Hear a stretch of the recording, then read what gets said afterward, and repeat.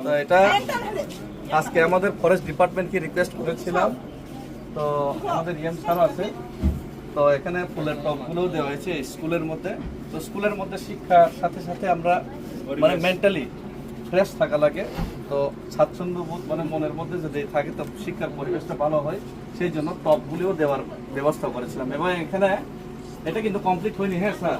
তো এটার মধ্যে কিন্তু বিভিন্ন আমাদের যে স্কলার, যেমন মহাত্মা গান্ধী বা এনি বেসান্ট বা মাদার তেরেসা বা যারা আমাদের আগে যে শিক্ষাবিদ ছিলেন সবার ফটো কিন্তু এখানে আর্ট করা হবে কিন্তু, তাহলে মানে শিক্ষণীয় জিনিসগুলো এখানে করা হবে আর কি।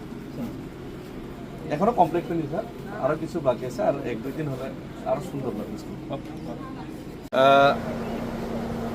আজকে যে স্কুলটা আমরা দেখতে পাচ্ছি, সুন্দর স্কুলটা দেখতে পাচ্ছি, এটা গত 2 থেকে 3 বছর এলাকাবাসীর সবার অভিযোগ ছিল এটা ছাদ ছিল না এবং স্কুলটা জরাজীর্ণ অবস্থায় ছিল।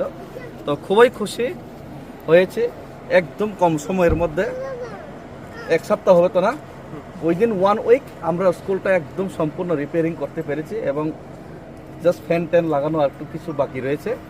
সবগুলি আজকে কাজ সম্পন্ন হয়েছে মোটামুটি 99%।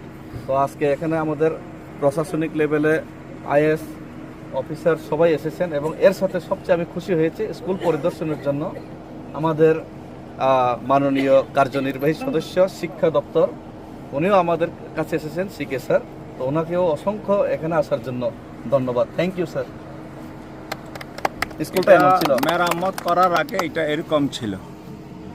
এই পিকচারটা যখন ইলেকশন চলছিল তখন মহারাজা আমাদেরকে এটা শেয়ার করেছিলেন। মহারাজা বলছিলেন যে এটা যাও, এখানে যে কোনো প্রকারেই হোক এই স্কুলটাকে মেরামত করতে হবে। তার জন্য আমরা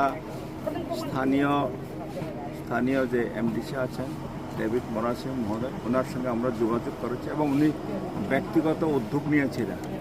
সরকারি কাজকর্ম কমপ্লিট হওয়ার আগে উনি ব্যক্তিগত উদ্যোগ নিয়েছিলেন, এটাকে মেরামতের উনি ব্যবস্থা করেছেন। তার জন্য ওনাকে আমরা এডিসির তরফ থেকে, এডুকেশন দপ্তরের তরফ থেকে এমডিসি মহোদয়কে আমি ধন্যবাদ জানাই এবং এলাকাবাসীর তরফ থেকে আমরা সবাইকে বলেছি, রিকোয়েস্ট করেছি যে এখানে বেশি বেশি করে ছাত্র ভর্তি করানোর জন্য।